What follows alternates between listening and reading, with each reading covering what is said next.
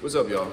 We're gonna do something a little different today. So I'm real big on being an educator in terms of the training periodization, exercise selection, saying things and communicating things in a way that is not try hard, not using the biggest words possible so that people don't understand shit. And I feel like I do a pretty good job at that. Not that I don't mention things in terms of diet, because I'm always yelling at y'all, eat more, sleep more, drink more water, salt your food, things like that, but it's never like a deep dive. I want to take the opportunity to do that today though. So I threw up a poll on my Instagram saying non-training related questions, particularly pertaining to diet and lifestyle. This gets pretty well received. It's something I'm going to start doing more often. These were all excellent questions that I got. I picked some of the more overarching ones, typical questions that more than likely most of y'all are going to have. And we're going to start with probably the one that's going to be most valuable to you, I think, in terms of just laying out a plan. First question is best fruit and vegetables to include in a diet for bulking and cutting. All right, so I'm going to break that down Barney style. There's a couple different camps that you can fit into depending upon like your appetite, things that you like to eat, different flavor profiles, things like that. If you care mostly about satiation, right? By satiation, I mean like if you care mostly about having a big ass plate of food to work with, you're gonna pick vegetables that are lower in calories. You're gonna pick fruits that are lower in calories. So that's gonna be things like strawberries. When I'm cutting, I'm getting like 8 things of strawberries a week. They're cheap, depending upon where you're at or if they're in season, they're cheap. You freeze them Johns, you throw them in the freezer, you take them out as you need them, you chop them up, you can eat, I think, it's like a pound of strawberries is like 150 calories or something like that, versus a pound of beef is 3, 4, 5, 6 times more than that, depending upon like how lean the beef is. Strawberries are really good if you care about satiation. Any berry, so anything like blueberries, blackberries, raspberries, any berry, those are really good for like the satiation, the food volume, having a big ass bowl of fruit to be able to eat with like your breakfast or whatever. If you're someone where your appetite is very low, you want something that is very calorie dense, bananas. Bananas are like the most bro answer imaginable, like, oh yeah, throw a banana in it to increase your calories. But like a decent sized banana, like a 7-inch John, that has about 100, 120 calories in it. And you finish it in like 2 seconds. It's all carbs too. It has a little bit of potassium, which is transient. It does add up if you eat a bunch of bananas, but it's a very nutrient dense fruit. It's also very calorie dense. So if you're someone where you're like, fuck, I don't have no appetite, bro, I need to get in these 300 calories, eat 3 bananas. That'll fit in about 300, 350 calories and you'll be good to go. It's good to throw in things like oatmeal to make that more calorie dense, cream of wheat, cream of rice, things of that nature. Now, in terms of vegetables, it's kind of the same thing. So for vegetables, the bro answers are always the best in terms of satiation. So broccoli, green beans, spinach, raw spinach, that's pretty good. Kale, carrots, baby carrots particularly, onions, peppers, things like that that are very high in water, low in sugar, low in carbs, but big in volume. They're gonna be really good for you to munch on, make things like salads out of. A lot of those vegetables you can like cook it to the furthest, cook it the least you need to be able to cook it to have it be satiating, but the more raw the vegetable is, the more food volume it's gonna be. So vegetables shrink as you cook them. The ones that are very like fibrous and very water, they have a lot of water in them, they're gonna shrink down as you cook them. So we all know that you can have a big chungus bag of fucking spinach and it'll cook down to a little fucking baby nutsack amount of spinach, you see what I'm saying?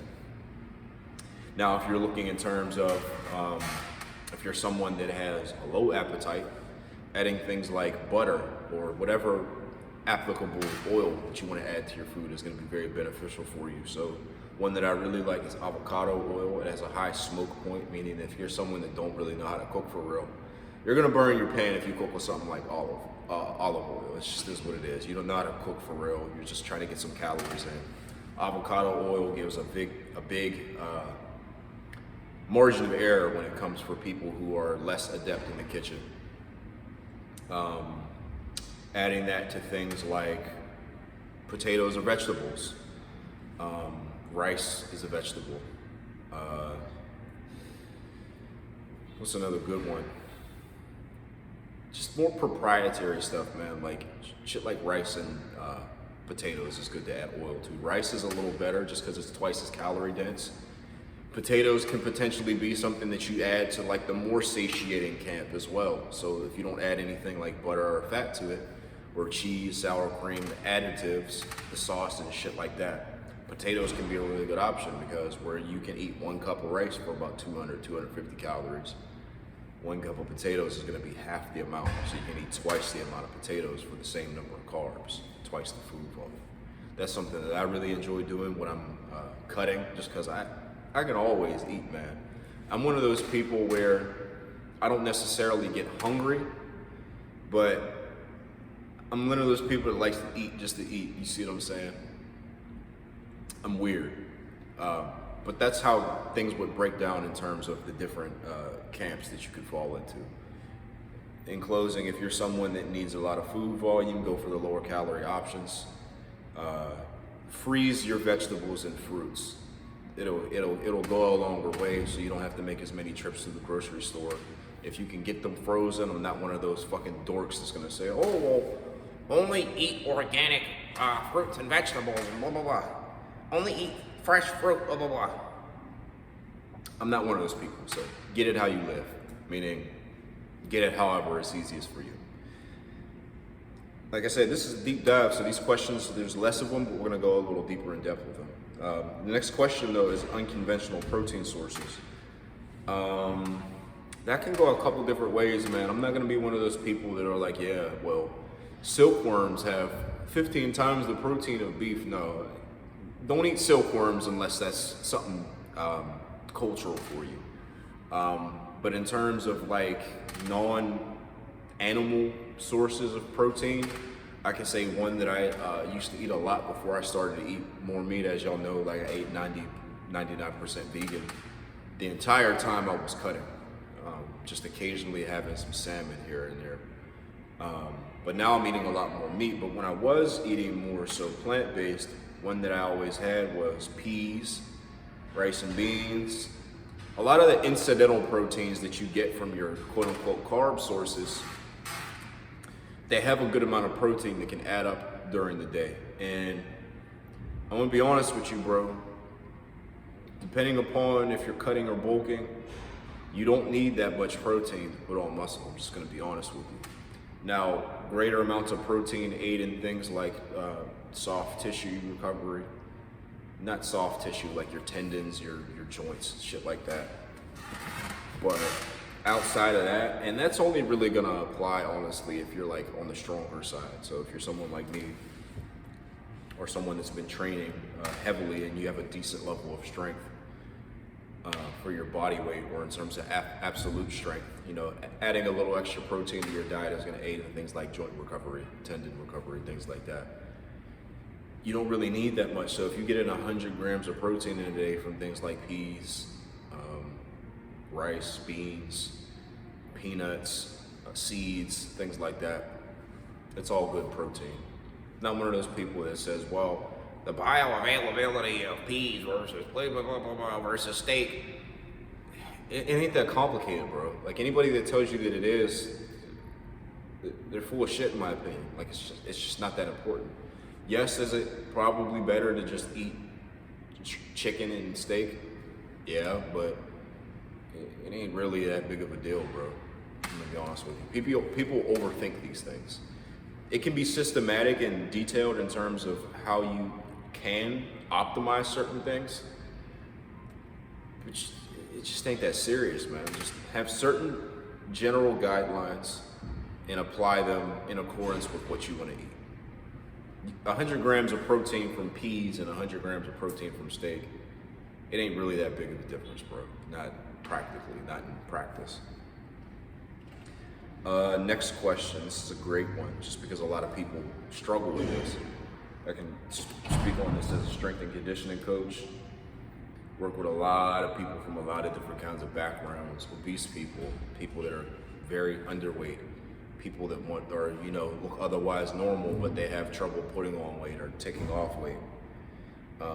Macro counting versus calories in, calories out. It's dependent upon the individual's psychology. So you know me, I'm all about nonverbals. I'm not like a therapist or anything like that, but just from my life experiences, I'm good at like analyzing people in terms of, I can see if you're a fucking beta if I'm talking to you, or I can see if if you're joking or if you're not joking. I can see if someone is more neurotic or they're analytical, or if they're just a whatever works kind of person. If you're a whatever works kind of person and you don't have an eating disorder, the calories in, calories out thing kind of works well. So I would say personally, I'm more in that camp versus the macro counting, just because I can't be bothered to count macros, bro. Just have a protein source in each meal. I'm not even really weighing it per se. I measure it with like the same measuring device, but like I'm not weighing shit. It's approximately the same portion size every time I get it. If I scoop out a cup of ground beef, the difference between 52 grams and 50 grams of whatever is not significant to me. I don't give a fuck.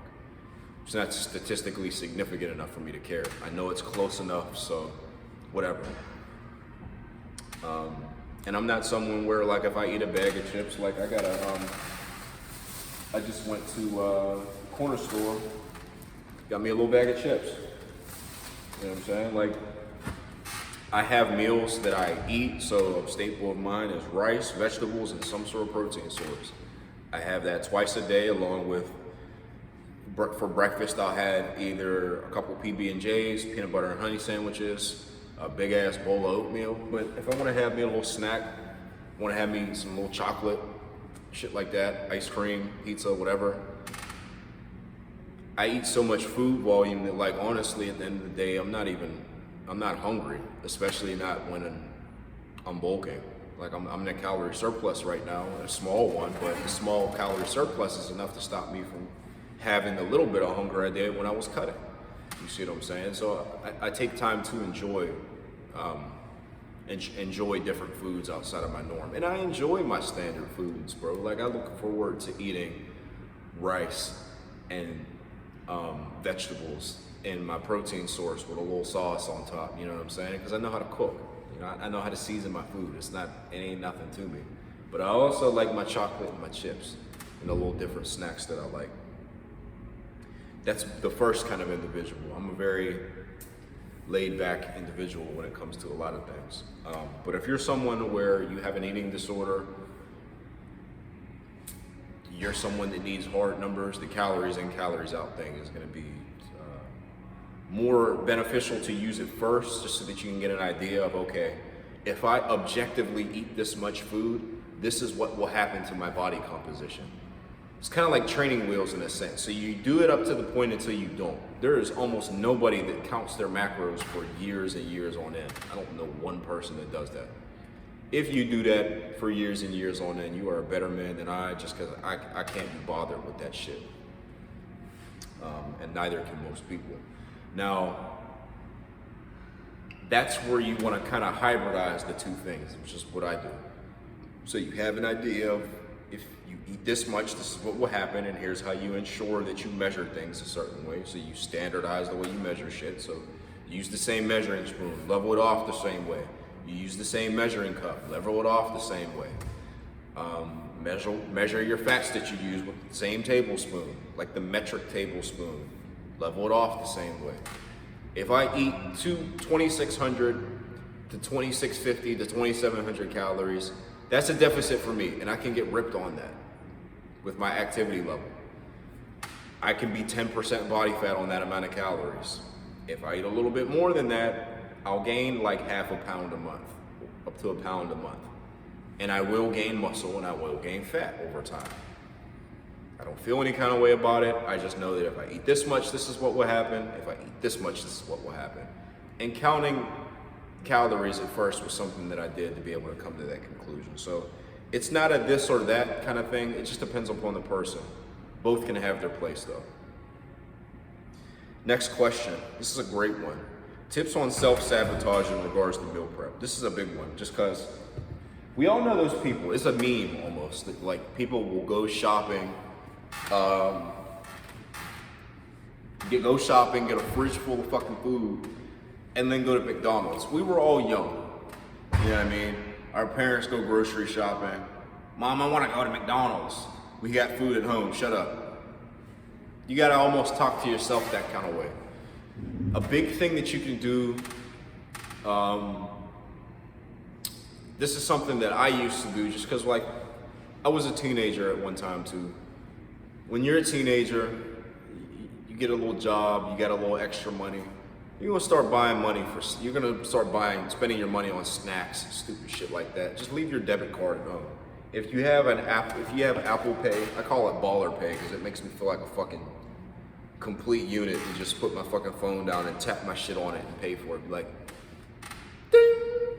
Take that Apple Pay bullshit off your phone. If you're someone that just gets bored and you go to take a break from work or whatever and go to the store and get something to eat, take that shit off your phone. Hold yourself accountable to being on a schedule. So every Sunday and every Wednesday, I'm gonna cook food for 3-4 days. Have not necessarily meals in a Tupperware because I don't do that shit.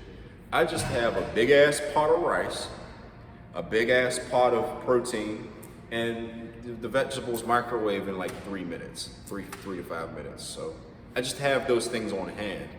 And if I don't eat them things, I'm not eating for the most part, bro. You know what I'm saying? Like, I don't give myself much of an option. You have to give yourself no option but to eat the things that you buy. If you're not even someone that's good about going to the grocery store, I have set days where you go to the grocery store. So every Friday, after work or before work, I'm gonna go to the grocery store. I'm gonna have my list. I'm gonna get my grains, my carb sources. I'm gonna get some fruits that I like. I'm gonna get some protein sources that I like. And I'm gonna get a couple snacks that I like if you're someone that can do that with self-control. And that'd be what it is. You don't eat anything that you don't have in the house.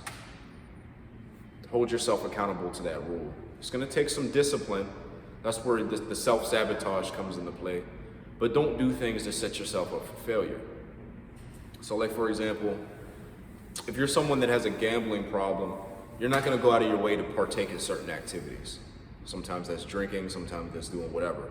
But you're not gonna put yourself in a position to do certain things when you're already coaching yourself to, like, fuck, I gotta go to the store. Fuck, I gotta meal prep. Fuck, I gotta eat. I gotta have my meals on deck. You know, like, don't put yourself in a position to buy stupid shit by having your debit card on you at a time where it's easy for you to just go to the store, buy some stupid shit and eat that instead of your food, or not eating at all, because that's a problem that most people have. I had to slap on the wrist one of my lifters the other day, man, because he wasn't too mad at him. When you watch this video, bro, you'll know I'm talking about you. I'm not a Monica Lewinsky. We had this conversation already, but I was like, damn, that squat you just did, because I had programmed the top single with some back down triples. That's his SBD day, typically is what we'll do. So we'll have a top single for squat, bench, and then a top single on deadlifts, and that's usually how I'll do it. That's kind of the rhythm that I find. Depending upon the person, I might do some back down doubles with their deadlift, but he did his top single on squat. I'm like, damn, that moved pretty good. Move up a little bit. And then he went into telling me, like, yeah, I guess that moved pretty good for me literally not eating anything yesterday. I said, is that literally 0 calories, or did you just not eat a lot yesterday? Because he'll have, because he's a university student. It comes with the territory that they typically don't have the most time to meal prep, things like that. And I'm not making excuses for them, that just comes with the territory. But it's typical for him to be a little short on his calories. So I'm thinking, like, okay, this is one of those instances where, like, He's just a little short on his calories. There's no fucking way he didn't eat anything. He says, yeah, man, I didn't eat shit yesterday. I was typing this paper all day. I ate literally nothing. I was like, all right, slap on the wrist, don't do that shit again. But considering that moved very well. We'll take that as a good indication that our training is gonna work, is working well. He has a meet coming up soon, a powerlifting meet. So I told him, like, look, bro, if you can do that on 0 calories, we're in a good spot. But yeah, don't set yourself up for failure, man. I hope that helps you out. Last question.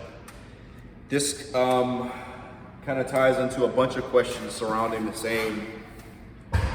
same topic, which is why I posted that meme of the chick throwing her panties on dude's face from GTO, where she was like, I heard you force fed a main gainer. She just whips her panties off and throws them on dude's face in approval. But